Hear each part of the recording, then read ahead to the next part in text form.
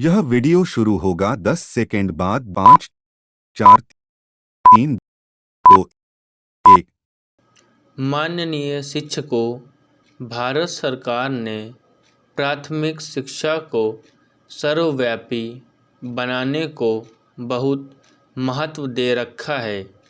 इसलिए 14 साल तक की उम्र के सभी बच्चों को शिक्षा मिले, इसकी पूरी कोशिश की जानी चाहिए।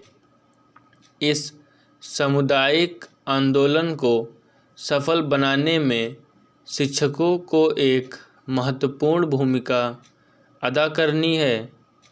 आखिर में मैं रविंद्रनाथ टैगोर द्वारा शिक्षकों के लिए कही गई बात को दोहराना चाहूँगा।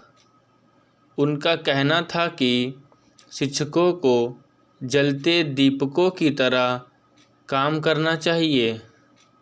एक शिक्षक तब तक सही अर्थों में नहीं पढ़ा सकता जब तक कि वह स्वयं लौ में जलता ना रहे, तो वह दूसरे दीपकों को जला नहीं सकता।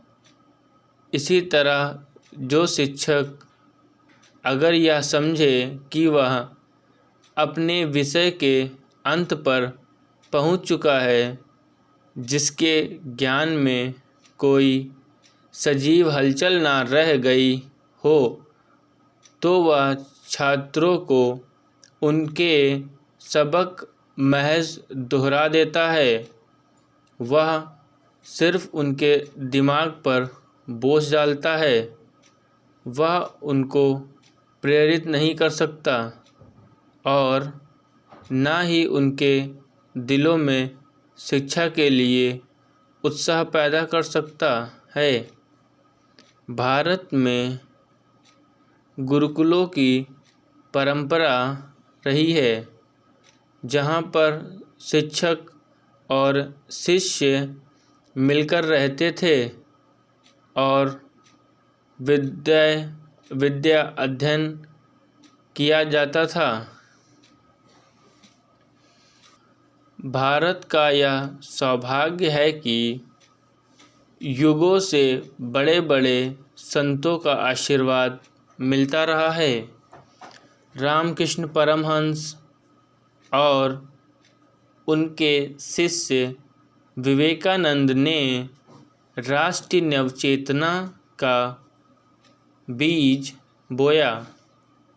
रामकृष्ण परमहंस ने पूर्व और पश्चिम की दो बड़ी संस्कृतियों में गहरा समन्वय स्थापित किया। रामकृष्ण परमहंस की शिक्षाओं से और स्वामी विवेकानंद के नेतृत्व में एक सुनियोजित संगठन के निस्वार्थ शिष्यों द्वारा उनके प्रसारण से भारत की बुनियादी एकता को साफ तौर पर सुस्पष्ट करने में अत्यधिक मदद मिलती है। स्वामी विवेकानंद ने भारत के संदेश को दुनिया भर में फैलाया। स्वामी जी की सेवा भावना, उनकी देशभक्ति और स्नेह के फलस्वरूप ही कमज़ोर वर्गों के लिए रामकृष्ण मिशन की स्थापना हुई, जिसने देश के अनगिनत नौजवानों को प्रेरणा दी कि वे अपना जीवन ज्ञान कमज़ोरों की सेवा में लगा दें। यहाँ स्वामी जी के इस कथन को याद करना उचित होगा। ज्ञान के दरवाजे सबके लिए खोल दो और कमज़ोर जनता को एक बार फिर से उसको न्यायसंगत उचित अधिकारों की सुविधाएं दे दो।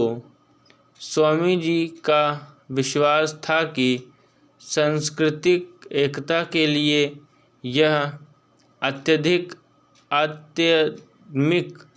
आध्यात्मिक विचारों को सर्वप्रिय बनाना बहुत जरूरी है।